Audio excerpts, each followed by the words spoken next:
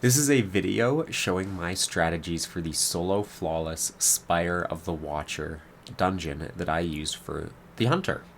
I ran the entire dungeon using Arc Hunter with Assassin's Cowl, and the notable mods were Melee Wellmaker, Reaping Wellmaker, Elemental Charge, and High Energy Fire. I also used the artifact mods Solo Operative and Weakened Clear, but those only speed up damage phases, they don't actually affect the core gameplay loop. As I'm recording this, third-party applications are currently down, so you can't use DIM. So the weapons that I used during my run were the Huckleberry, Witherhoard, and a random primary kinetic SMG, Callous Mini Tool, Trinity Ghoul, and Forbearance, Cataclysmic, and Hothead. My original clear didn't involve the Huckleberry, the Waveframe, or the Trinity Ghoul, but I ran the Solo Flawless dungeon again this morning, and I found it much more enjoyable for the Ascent and final boss encounters, which is why I'm suggesting it. It's very difficult for me to give you a guide on how to do the entrance and the jumping puzzles, because it's literally just doing the mechanic. If you're watching this, I'm assuming you actually know the dungeon as well as the intricacies around the dungeon. The only thing I would say that's difficult in these sections is one particular jump in the jumping puzzle for the Hunter, and this is how you're supposed to do it. The same thing goes for the Ascent encounter. However, the biggest piece of advice I can give you is to use your Witherhoard or Huckleberry and Waveframe combo liberally to clear out the waves of goblins. The entire encounter, you want to try to make sure that there's just no enemies alive so that you can easily shoot the nodes. You can attempt to maintain combination blow X3 as well, but that's pretty tough in this encounter because there's really not that many enemies. The other thing that is probably useful for you to know is that each chain contains 5 nodes, so you can count the nodes to figure out how close you are to finishing the encounter.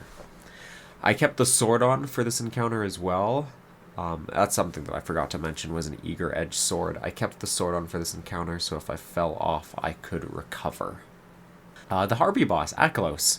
I used Witherhoard, Callous Mini Tool, and Cataclysmic with bait and switch. Similar to the Ascent, you want to try to make sure that all the enemies are dying so that you're constantly just at full health. And I would take this encounter very slowly if you're worried about dying. The Harpies are absolute warlords, and I would suggest you kill them when possible. And I think they spawn when you complete a node, but I'm not 100% sure about that. The other threat in this encounter are the Minotaurs, and those spawn when the previous 2 die. So if you think the Minotaurs are scary, I would kill one, but leave the other one alive. And I would always keep one alive at the damage phase that I wanted to go to.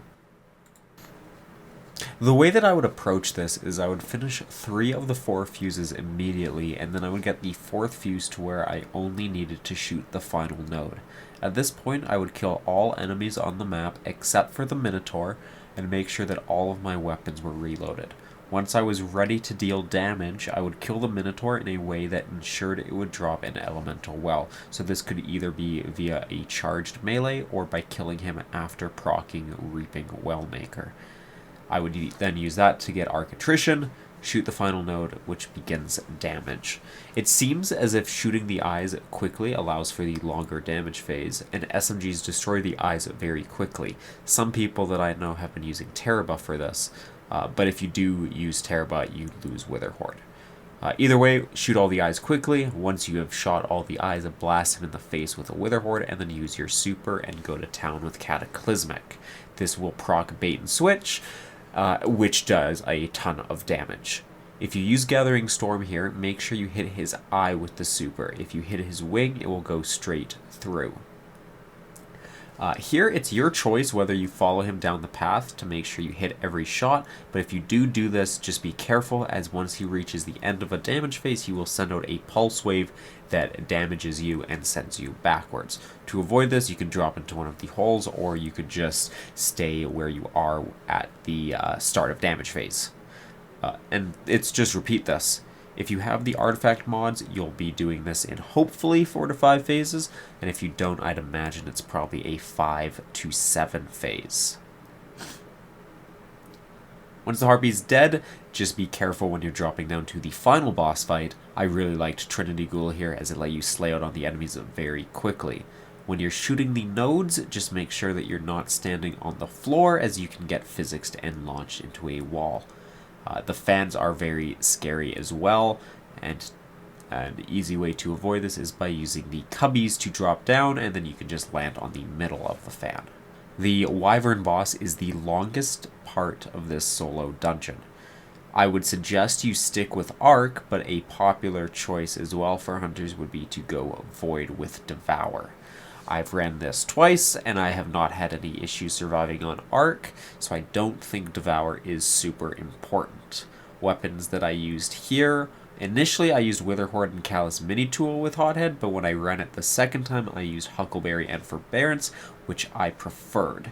This is obviously a personal preference because I think Huckleberry is insanely good, and I think that it is incredibly underrated, so I would give it a shot if you would like to. Similar to the other encounters, Combination Blow is very good here, but I don't think it's as important in this encounter. This encounter is split into two halves. There's the inside reactor and there's the outside reactor. Each phase starts with the Wyvern only allowed access to the outside. This means the inside is completely safe. There will be nothing here except for enemies left over from the previous phase. The outside area, however, will have two Hydras which must die to spawn in the Minotaurs, as well with continually spawning Supplicants and Goblins. These Goblins and Supplicants can spawn on all three sides of the outside, so that's left, middle, and right. Once the Arc nodes are activated to open the large door, Supplicants and Goblins will begin to spawn in the middle area of the inside. This also gives the Wyvern access to the inside. The loop here is that you basically bait the Wyvern from one side to the other and then swap rooms to shoot the nodes. So when you're trying to get the buff, you want to be inside, force the Wyvern to go to a certain Minotaur, then head to the other Minotaur, shoot the nodes. And then while you're trying to shoot the nodes to start the reactor, you would send the Wyvern inside the reactor, you would start working on the outer nodes, and once the outer nodes are done and the Wyvern starts to reach outside, you would then swap inside and finish the nodes. The damage rotation here is very simple. As soon as damage starts, fire a Waveframe GL at the floor to weaken the boss, or a Witherhoard at him. Use your super, and then just go to town with Hothead and grenades. Future rounds are much easier because you can kill the Hydras from inside the reactor room, but on the first phase, it's not that easy. And honestly, that's pretty much it. There's no super secret strat that I can give you here. It's basically just do the encounter, but you're the only one there, so just kind of play safe. That makes sense? Yeah. I think it's easier than Duality. I think it's more tedious because the bosses have 1 billion health, but I definitely think this is an easier solo flawless than Duality.